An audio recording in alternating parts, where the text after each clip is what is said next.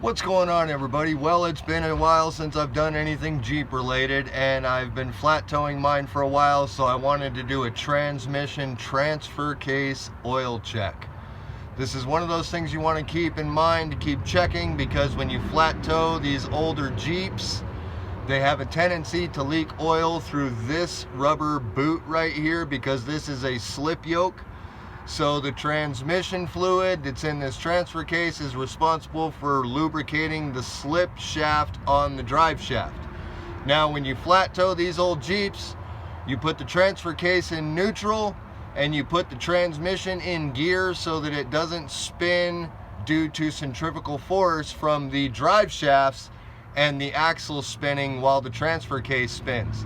This happens to be the np231 transfer case, so it can take one heck of a beating, okay?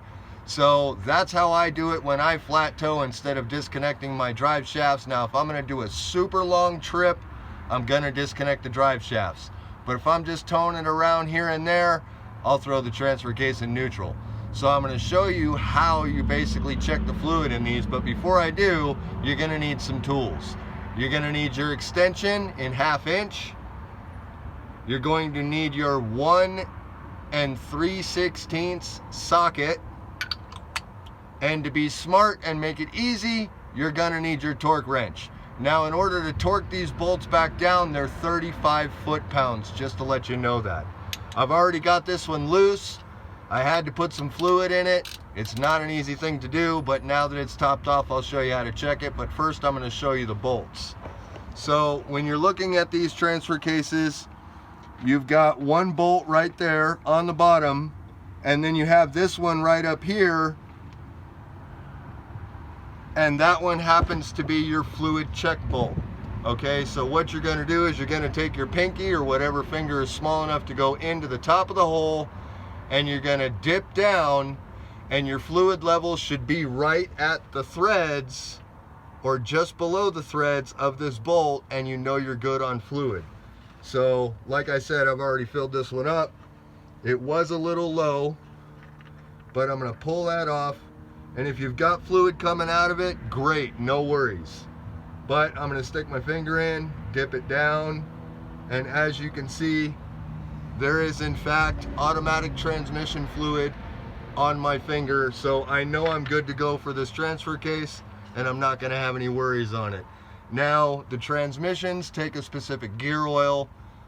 The transfer case takes automatic transmission fluid, ATF or ATF plus 4, it really doesn't matter.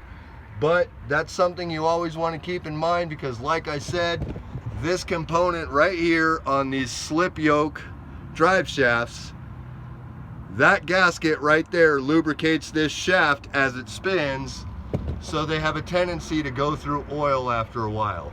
Even if you're not in 4-wheel drive, you still need to check this, okay? Because if you don't, you can wear out your shifting components, you can wear out your chain, you can wear out your gear cogs, and you can wear out your bearings, okay?